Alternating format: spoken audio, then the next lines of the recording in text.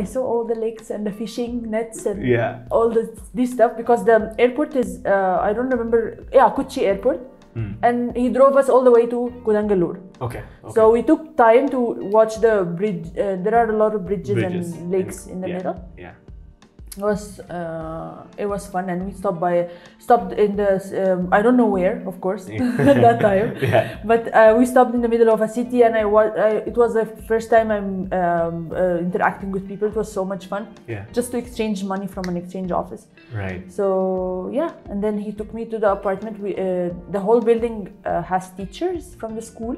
Okay. And the owner has a lot of things in Kudangalur, a hospital and a hotel and a school and a lot of things. He has 11 schools.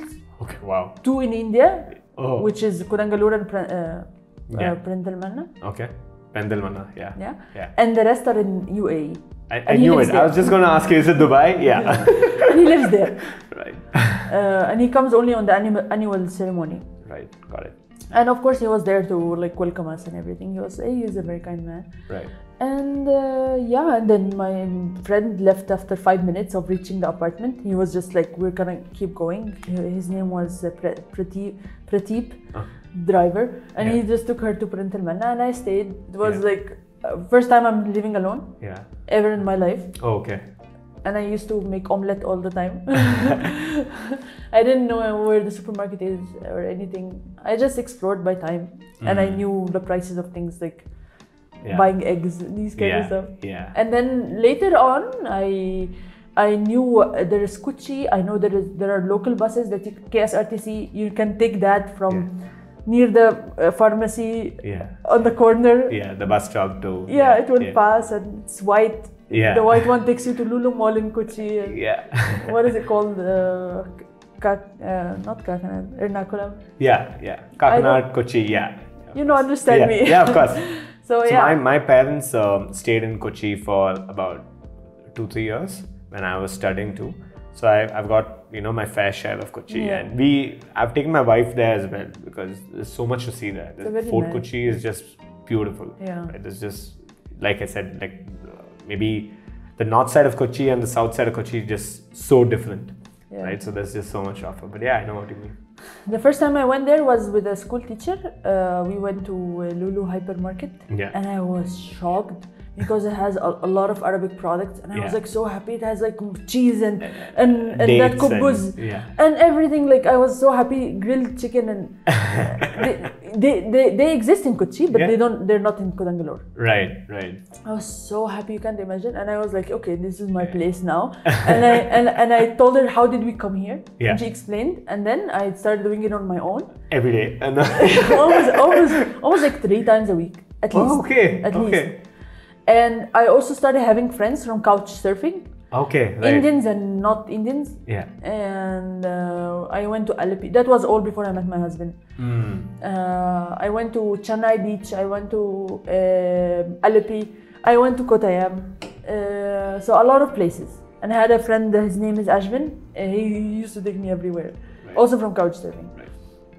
And then I met my husband. I met him in Bin Ali, Muzaris Bin Ali.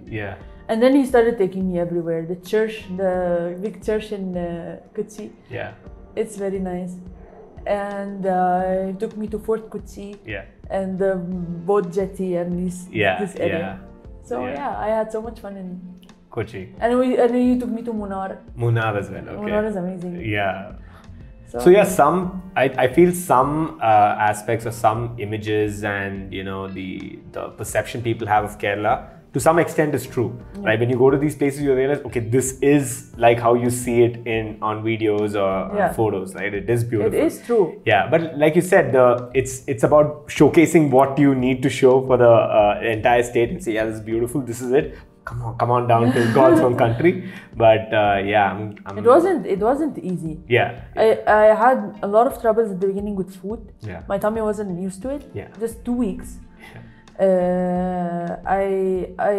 I was shocked by how petrol here is so expensive. Like 80 rupees for a liter. Why? Why on earth? Do you want people to stay at home? Just tell me. Well, now they are. and didn't go down anyway. A lot of things like how okay, this is not in all Indians, to be honest, but there were a lot of neighbors who are so nosy. Like, where did you go last night? Where were you? When did you come? And we had a security guard in the building, and he used to sleep very early, like 9 or something. And that's normal for a Kurangalur. But it's not normal for me. If you come to Egypt, you will see the streets. Shops and people do not go home before it's morning. Like 4 or 5 a.m. Then they pray Fajr and then they go home. That's before. That's basic. Like, if you are a shop that closes early, close at midnight. That's the earliest. That's very early. If you're normal, 1 a.m., 2 a.m., and if you're a coffee shop or a restaurant, most probably it would be 24 hours. Or in supermarkets, pharmacies, these things are 24 hours. And McDonald's and KFC and all of these stuff 24 hours. So I'm coming from there, and people sleep at 8. Even the shops close at 8 in Kulangalur. In Kochi they close at 10 or something. Now it's different, but at that time 10. And I used to come late, and the guy is sleeping, and I'll be like, I've been here for an hour because I don't want him to tell the other teachers that I came late. So I would be like, I was here an hour ago, but I couldn't wake you up. And when it was too hard to communicate with him in Malayalam. The language, right? But I used sign language a lot, and we kind of, I don't know how, but we understood each other. And Google Translate. Right. And I figured this out after like a month or something. It took me a month to be able to communicate with him. But he was so kind, and he didn't talk about me or anything.